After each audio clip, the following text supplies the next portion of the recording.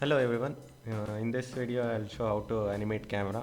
So there are two ways to animate camera. One is by default we have one camera option, this one, and one more will animate manually in the individual layers. So first we'll see how the camera works, default camera. So you can use the vector file or you can use the image file. So add some frames, 2 seconds, okay. Now instead of taking new layer, you can use this option, add camera. It will be like a new layer. So as you can see, it's created as a new layer. We need to add classic tween for this. So right click on the frame, classic tween. And one more thing, you can control the camera like this. This is for zoom in, zoom out option. And if you click and drag on the stage, you can pan the camera like this, or you can switch to rotation and you can rotate the camera. So I'll go to the end, F6. So if you need a zoom in, zoom out animation, you can use this. So we get normal zoom in animation. You can mask the stage like this and you can see the output like this. So this is how you can create a simple zoom in animation. If you want to mix the rotation animation, change to rotation and rotate little bit and play and check the preview. So you'll get the rotation with the zoom in animation. So if you want to zoom out, you need to have a big background or extra background. If you want zoom out animation, you can use the same animation only. So click on this layer and as you can see, after clicking on the layer, all the frames will be selected. Right click on this and reverse frame. So enter. Now you can check the preview. So as you can see, it is a zoom out animation. So this is how you can use the camera in Animate CC. This is a default camera. Only you can do panning, zoom in and zoom out and rotation animation using this camera. So shortcut is C, and if you want to edit the values, you can press C again and you can control this. Or the tool will be there. If it is not here, it will be hidden.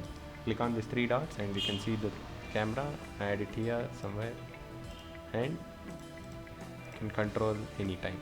So now we'll see how you can control the camera manually without this option. I'll delete this camera. So it is similar like that camera option only. Instead of adding a camera layer and adding tween, so you can directly apply for the layer, classic tween and F6. And you can zoom in or zoom out or rotate, you can pan, do whatever you want.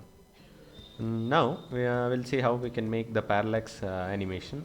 So to make a parallax camera effect, you need to have the layers separately, like trees separate layer, this land separate layer, sky separate layer, so that you can play with the timing.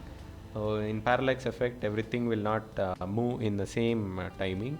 Things which are near to camera, it will move fast, and as it goes backward, slowly it will move. So I have one file. I'll use this. So okay, so this character is symbol. It will be very useful. So why it is useful? If you have, suppose think, if you have done any loop animation like 13 frame, 24 frames like this, instead of copy pasting like this, for loop animation, you can select these layers and right click and convert to symbol. Remember, keep it in graphic. Inside this, all your animation keyframes will be there, but outside you can't see anything. As you can see, if you extend the frames like this, F5, it will be looped again and again. Same way I have looped this character. It runs like this. Okay. Now as I said, for parallax, everything should be in separate layer. So floor, it is in separate layer. This is a simple background with a silhouette thing. You can see this tree is in separate layer, and this one I have kept in separate layer. Mountain I have kept in separate layer, and this one is the last one, and a sky separate layer. So there's no need to animate a sky. So we'll be animating all these. By adding camera, we can't give parallax effect. For parallax effect, we need to animate manually. Floor, I don't want to animate. If any texture is visible, you can also animate this also, but for now there is no texture or any other patterns. or any different colors. So I'll keep it still, but these things I need to animate. I'll select these layer, right click, classic tween. After adding classic tween, if you want to adjust the pivot point, you need to adjust in the first frame itself. After animating the second keyframe, if you change the pivot point, it acts totally different. So don't change the pivot point. So if you want to change any pivot point or any alteration you need to do, you make it in the first beginning frame. So I'll go to the end frame, F6.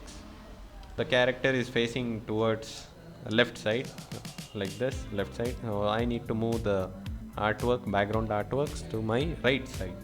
So I'll select all this together and I'll move it.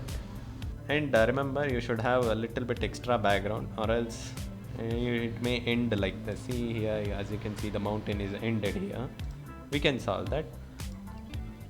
Now, as you can see, there is no big any parallax effect because all are moving in same timing.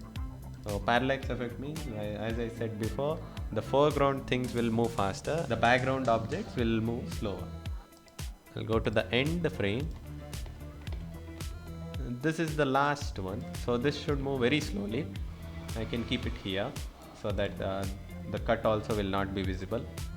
As you can see, little bit parallax we got, but in between these two I have the another two layers, so I'll move this also. This is the second layer. It should move little slowly. Okay, so this one I'll keep it here. Okay, done. I'll mask it. Now you can see the parallax. Simple parallax is done.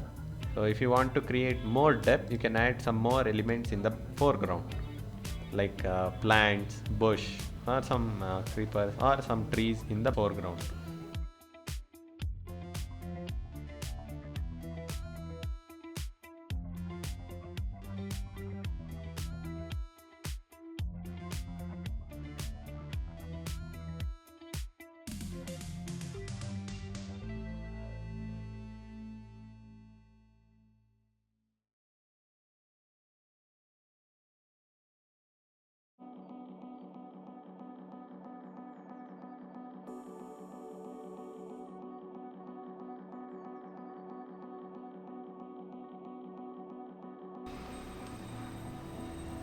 Okay, the foreground is ready.